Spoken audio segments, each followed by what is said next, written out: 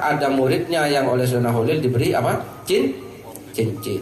Mbah Nur Zahid namanya. Nah, Mbah Nur Zahid itu bapak dan ibu kalau tahu siapa beliau, beliau itu mbahnya Cak Nur.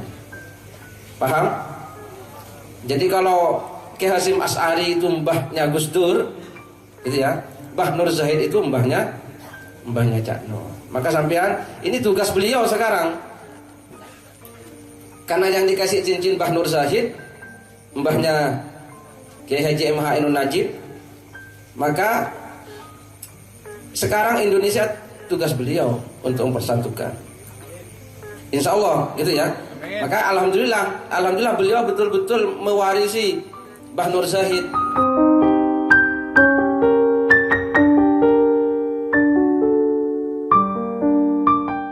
Kita kan dari Indonesia ini ono panembahan loro sebelum kemerdekaan. Satu namanya Cokroaminoto, gurune Bung Karno, Bung Hatta, Tan Malaka, semua tokoh nasional ono sing dadi PKI, dadi Masumi, dadi PNI, kuwi kabeh muridé Cokroaminoto. Terus ono meneh panembahan jenenge Syekhona Khalil.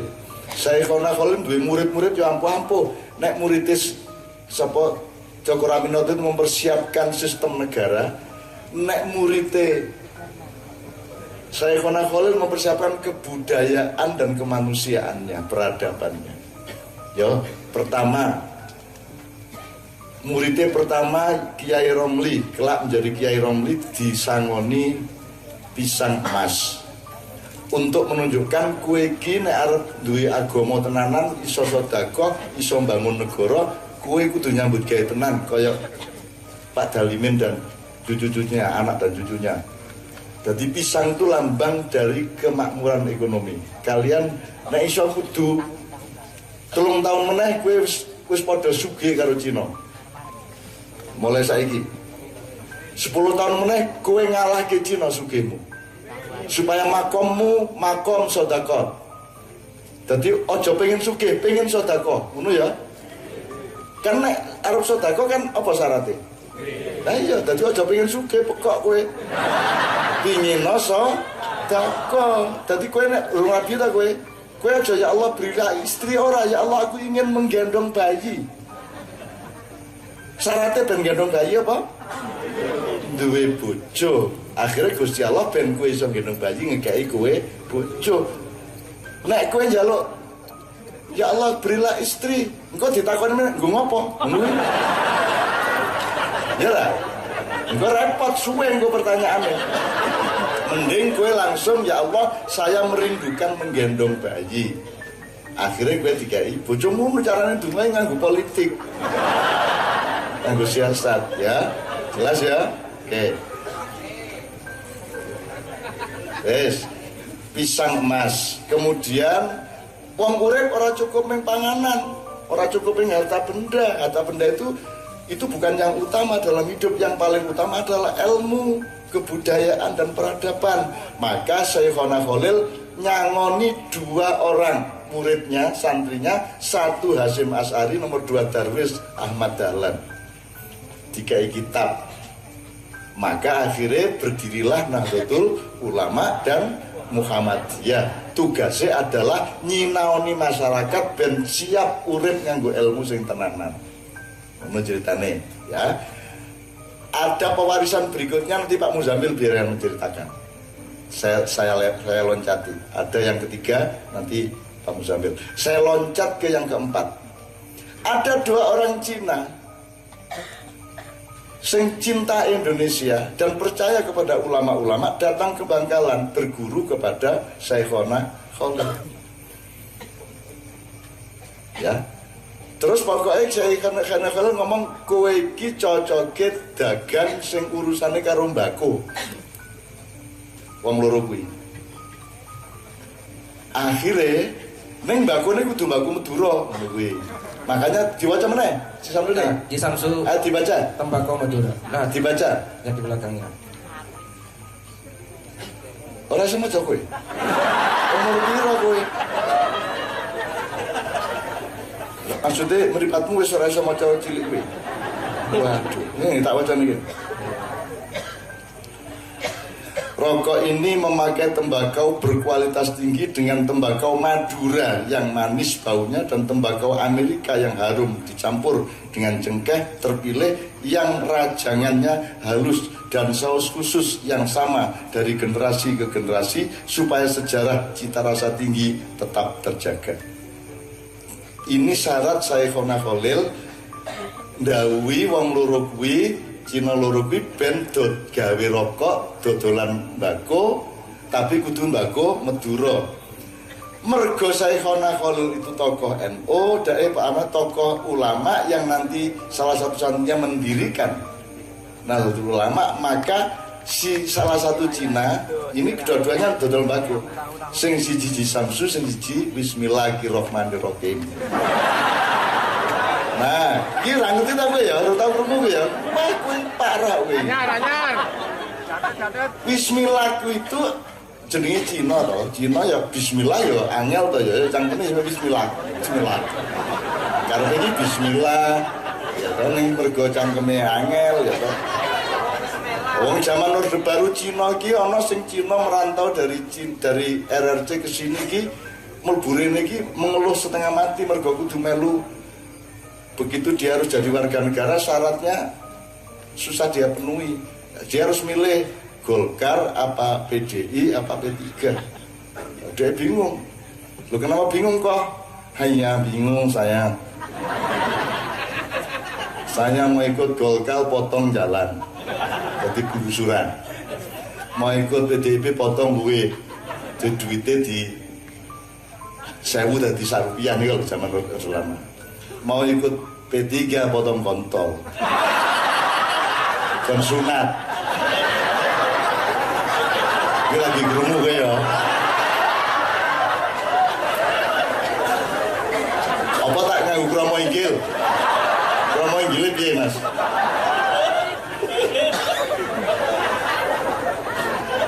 Jadi angel, jadi tak baliknya bismillah, jadi bismillah supaya takzimnya ditunjukkan kepada Syekhona Khalil. Gambarnya di rokok bismillah itu ada orang tua pakai teken, itu maksudnya Syekhona Khalil. Ayo mulai sesuk tuku kowe.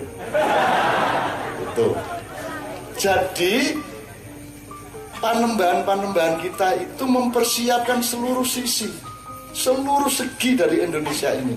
Ono sing negarawan, ono sing politisi, ono sing intelektual, ono sing budayawan, ulama, pengusaha, sampai tingkat rokok dan konsumsi. Nah, itu jenis menek bimbing. Ya, jadi untuk itu mari kita tunggu bagaimana Allah sedang menyiapkan rahasia-rahasia yang akan satu persatu dibuka oleh Allah pada hari ini dan hari-hari atau bulan dan tahun-tahun berikutnya. Nah, Pak Muzamil akan membayar utang saya yang tadi mengenai ada pewarisan Syekhona Khalil, pisang emas, kitab. Nah, kemudian yang rokok bismillah sama di Samsu, tapi ya saya kira lali sing kan wis putune wis sing saiki duwe di Samsu ya wis lali nek biasa usul lagi. Konsumen pertama di Samsu itu ya Nahdiyin, makanya pakai bintang 9 itu karena yang akan dijanjikan untuk sering beli itu mulane wong NU kan ya cirine Kiai Muhammadiyah karo Kiai NU kan nomor 1 rokokan karo ora rokokan gitu. Gitu kan. Nah, Pak Muzamil akan menceritakan mengenai yang sifatnya merangkum apa urusan negara yang kacau, urusan kebudayaan yang penuh pelunturan dan seterusnya. Nah, Pak Muzamil silakan bercerita mengenai pewarisan berikutnya dari Syekhona Khalil. Bapak dan Ibu semua, tadi sudah disampaikan Syekhona Khalil Bangkalan itu ya salah seorang kekasih Allah Subhanahu wa taala yang punya murid terus dikasih sangu bermacam-macam gitu ya. Ada satu yang oleh beliau tidak diceritakan karena mungkin beliau gak enak kalau menceritakan sendiri, maka saya yang menceritakan. Jadi kalau Kiai Romli dikasih pisang, Kiai Hasyim Asy'ari dikasih kitab, Kiai Ahmad Dahlan dikasih kitab. Ada lagi seorang murid beliau yang namanya Mbah Nur Zahid, Kiai Nur Zahid. itu dikasih cincin oleh Sayyidina Khalil. Ya. Paham cincin kan? Ya. Cincin itu untuk mempersatukan, untuk mempertemukan, untuk mempersaudarakan. Karena ini ada yang membidangi ekonomi, membidangi Cokro Aminoto politik, ada yang membidangi ilmu pengetahuan, kebudayaan, NU dan Muhammadiyah. Ini kan nggak boleh jalan sendiri-sendiri dan nggak boleh benarnya sendiri-sendiri. Ini harus menjadi sebuah orkestra seperti Kiai Kanjeng ini. Ini berbeda-beda tapi menjadi sebuah orkestra. Nah itu harus ada yang bisa mempertemukan satu sama lain. Maka ada muridnya yang oleh Sayyidina Khalil diberi apa? Cincin. Mbah Nur Zahid namanya. Nah, Mbah Nur Zahid itu bapak dan ibu kalau tahu siapa beliau, beliau itu mbahnya Cak Nur. Paham? Jadi kalau Ki Hasyim Asy'ari itu mbahnya Gus Dur, gitu ya. Mbah Nur Zahid itu mbahnya Cak Nur. Maka sampean ini tugas beliau sekarang. Karena yang dikasih cincin Mbah Nur Zahid, mbahnya Kiai Haji MH Ainun Najib, maka sekarang Indonesia tugas beliau untuk mempersatukan. Insya Allah, gitu ya. Maka alhamdulillah beliau betul-betul mewarisi Mbah Nur Zahid. Beliau tidak bisa mempersatukan berbagai agama, ya kan? Mbak-mbak, beliau tidak pernah mengkafirkan orang, gitu ya. Orang Hindu, orang Buddha bukan orang kafir menurut beliau, gitu ya. Orang Kristen, orang Nasrani bukan orang kafir. Ojo, jangankan hanya perbedaan antara sesama Islam. Orang Hindu itu orang yang sedang mencari jalan, kata beliau, dan urung ketemunya Tuhannya baru itu. Orang Buddha ya ketemunya itu, kan gitu loh. Maka beliau sering menganalogikan ada agama cengkir, ada agama belulu, ada agama degan, ada agama kelapa. Nah, itu proses. Jadi bukan untuk dikafirkan, tapi masih dalam proses. Ini Mbah Nur Zahid, karena Mbah Nur Zahid itu dibawain cincin, maka beliau ini kita tidak membeda-bedakan ini NU, ini Muhammadiyah, tapi ini ditempatkan pada tempatnya masing-masing. Muhammadiyah itu sangat perlu kehadirannya, gitu ya. Karena tanpa Muhammadiyah Indonesia kurang Indonesia, ya kan ya? Kurang ya, gak ada Muhammadiyahnya itu kan begitu. Gak ada NU juga, ya kurang. Berarti Indonesia tanpa NU apa enak? Nah gitu ya. Gak ada Wahabinya ya juga gak enak juga. Maka juga gak apa-apa ada Wahabi. Dan besok akan berkunjung ke Indonesia itu Raja Arab Saudi ya gak apa-apa. Kan begitu ya. Yang penting itu bisa ditempatkan pada tempatnya masing-masing. Wong urip itu harus ada gasnya, ya harus ada remnya. Gas penting, rem penting, rating penting, dan semua itu penting. Yang penting itu harus ada yang bisa merangkai semua itu dalam suatu tujuan bersama, dan itu cincin. Dan itu yang dilakukan oleh beliau. Maka beliau ini siapa yang tidak bisa dengan beliau? Gitu ya. Ini tiap malam dengan orang kecil begini sama-sama. Tapi sewaktu-waktu orang penggede itu juga minta pendapat beliau. Bagaimana Kapolri pertamanya melarang aksi 212 di mana? Di jalan raya, bukan di Monas, di jalan raya. Terus Gus Mus bilang itu bid'ah besar, terus diserang oleh teman-teman. Sampai Gus Mus dikata-katain dengan padahal itu kata-kata Gus Mus baru koma. Gus Mus itu bilang bid'ah besar. Dikira itu, padahal bid'ah itu kan ada 5, kan belum dijelaskan. Ini bid'ah yang mana Gus? Pastinya kan begitu. Bukan langsung reaksi. Loh, Gus Mus piye? Gus Mus baru bilang itu bid'ah. Tapi kata Gus Mus bukan itu. Kemarin malam saya sama Gus Mus di Kebumen. Kamu maunya ngiwangi saya, tapi bukan itu maksud saya, kata Gus Mus. Tapi gak apa-apa bilang gitu. Maksudnya Gus Mus itu mau mengembalikan. Karena Gus Mus itu kemarin malam klarifikasi itu. Apa?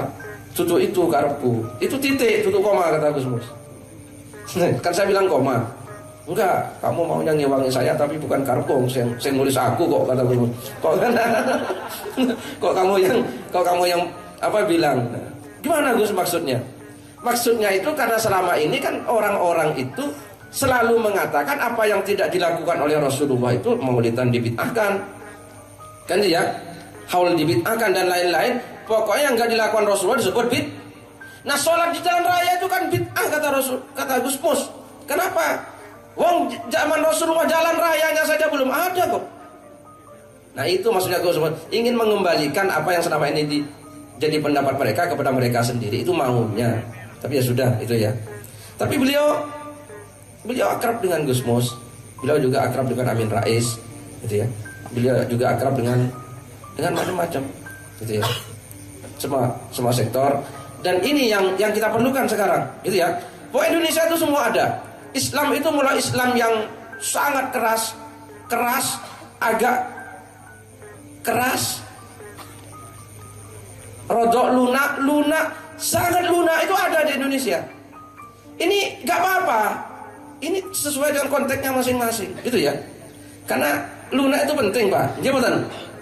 Tapi yang penting kalau lemes terus, gitu. Ya lemes penting pada saatnya kudu lemes. Keras juga penting pada saatnya harus keras. Kata beliau ini yang penting empan papan apa-apa itu. Keras pada tempatnya, lunak pada tempatnya. Apanya yang harus keras, apanya yang harus lunak, kan begitu. Nah, inilah beliau itu Mbah Nur Zahid itu oleh Syekhuna Holil Bangkalan dikasih apa? Cincin. Dan ini yang kita perlukan hari ini. Kita sekarang kalau berbeda terus mesti musuhan, kan itu ya? Kan begitu. Orang itu boleh berbeda, itu boleh. Yang penting gak usah musuhan. Karena kalau kita itu setiap berbeda terus musuhan, terus berapa musuh kita itu? Wong saya sama istri saya saja selalu gak pernah sama kok. Nah, kalau saya setiap berbeda dengan istri itu musuhan, wah saya terus piye? Harus tidur di mana saya, kan gitu jadinya. Loh ya kan? Padahal saya itu banyak gak pernah sama dengan istri saya. Maka kalau setiap berbeda harus musuhan, terus piye? Ya gak bisa hidup saya itu. Punya anak 4 gak sama, terus karena gak sama musuhan, terus gimana hidup ini? Itu baru rumah tangga, apalagi dalam konteks besar Indonesia. Itulah cincin. Dan mudah-mudahan insya Allah lah Nusantara dengan cincin beliau, mudah-mudahan nanti bisa bersatu, amin. Ya, baik. Gini teman-teman sekalian, Indonesia ini ada pemerintah, ada rakyat, ada parpol, ada ulama, ada ormas, ada segala macam. Itu saya lihat selama ini selalu telat memahami apa saja yang ada di dalam lingkaran cincin itu. Selalu ngelihatnya dari sisinya saja. Nek kowe duwe sawah, ana sing jaga ning kene, kuwi kan ngadepe beda-beda. Tidak menghadap ke satu arah. Nah, hidup itu pasti terjadi perbedaan gitu. Jadi misalnya saya Kiki sing wingi meledos ning Bandung ki apa? Coba sapa sing iso memahami. Kan begitu kan. Nah, itu sebenarnya dari wilayah mana? Apa sebenarnya yang meledak? Siapa yang meledakkan? Kenapa meledak? Kenapa kemarin meledaknya? Apa ada hubungannya sama akan datangnya Raja Arab? Raja Arab mau datang ini ada hubungannya sama investasi Cina, ataukah hubungannya sama mempertahankan Haramain untuk tetap dikelola oleh Arab Saudi dan minta dukungan Indonesia, ataukah karena khawatir Indonesia terlalu dekat dengan Iran? Macam-macam. Jadi sekarang itu di dalam cincin ini ada tawon lebah-lebah, terus ada monster, terus ada buaya, terus ada naga, ya, terus ada agak di luar-luar dikit ada beruang sama apa jenenge nek dia wolf itu apa? Wolf serigala. Jadi dunia ini sini ini pokoknya gue ono serigala, gue kabeh ngedap-dapi, terus ono beruang. Tapi ini sekarang sedang agak keluar dari cincin, sehingga Freeport akan dipindah ke mulut naga, kan begitu kan. Nah, siapakah naga, siapakah serigala, siapakah beruang? siapakah buaya, ya, siapakah monster dan siapakah lebah. Ini seharusnya dipahami oleh Polri, dipahami oleh BIN, dipahami oleh pemerintah pusat di istana. Dan mereka belum lengkap pengetahuannya mengenai ini semua, sehingga tidak pernah menghitung. Kalau sampean pernah mendengar ada bom di Tamrin, terus itu yang dituduh pasti Bahrum Naim toh, ya toh. Lah Bahrum Naim iki bapaknya kan maknyahan, mungkin saiki ya teko kok bapaknya. Ada di belakang situ barangkali, karena beliau orang Solo situ, Bahrum ya cah Solo kuno kuwi. Jadi Polri itu juga tidak benar-benar mengetahui semuanya. Nah, saya ini kan temannya semua. Aku raiso kok kongkon membenci sapa-sapa raiso. Kuwi kabeh anakku kabeh. Sepanjang Allah masih memberi jalan untuk bikin orkestra bersama-sama, termasuk naga juga iso dielekke, iso dikandani. Kalaupun tidak bisa, kita tetap nyandani, karena itu kewajiban hidup. Gitu loh teman sekalian. Nah, saya minta juga Pak Seno di wilayah ini, kalaupun ada perbedaan-perbedaan, tetap dijaga silaturahminya, dijaga orkestranya. Setiap kampung, setiap kecamatan kalau bisa ada koalisi atau ada majelis di antara orang-orang tua yang saling mempersatukan satu sama lain. Bansur karo Kokam, karo Satgas PDIP, karo Polres, apa karo Polsek, karo Koramil segala macam, kudu tetap ono silaturahmi terus menerus, karena bagaimanapun kita diamanati Allah menjadi khalifah di tanah Nusantara yang kita sebut tanah air Indonesia ini, gitu loh. Nah, iki nek tak teruske engko tekan intelijen macam-macam, gue mesti takon tawon karepe sapa. Nek naga rada terus sithik-sithik. Nek beruang sapa, nek boyo sapa sak piturute. Nah, ini semua tidak dianalisa. Kita tuh cepet ngarani, cepet marah, cepet duding, cepet mengutukkan gitu. Terlalu cepet. Apalagi ada medsos itu, ada WA, ada Facebook. Apa sidik langsung dikutuk, apa sidik langsung dionek-onek gitu. Maka saya tidak pernah ada di situ, meskipun nama saya dipakai untuk Facebook ono kira-kira nek 6 likur ono, nganggo jenengku ya ono. Dan aku ya ora tahu masalah kok dikonokke ngono. Aku tidak bisa dirugikan oleh siapapun. Karena rugi dan tidak rugi itu hanya berparameter perkenan Allah Subhanahu wa taala. Kalau Allah berkenan sama saya, berarti saya tidak sial. Kalau saya sial di dunia tidak ada masalah. Karena dunia bukan pedoman dan bukan parameter dari hidup kita. Jadi jenengan ojo gampang nolongso karo awak jenengan, yo ojo gampang ngonek-ngonek ke sopo-sopo. Kira-kira begitu. Ini berlaku nasional sampai lokal, sampai keluarga. Nah, anak-anak saya ini yang nanti akan menjadi cincin besar. Anak-anak Ma'iyah akan menjadi cincin besar. Anda yang akan punya kematangan kedewasaan untuk mempersatukan mereka, untuk dondomono julumatono kanggo sebo mengko sore, gitu ya.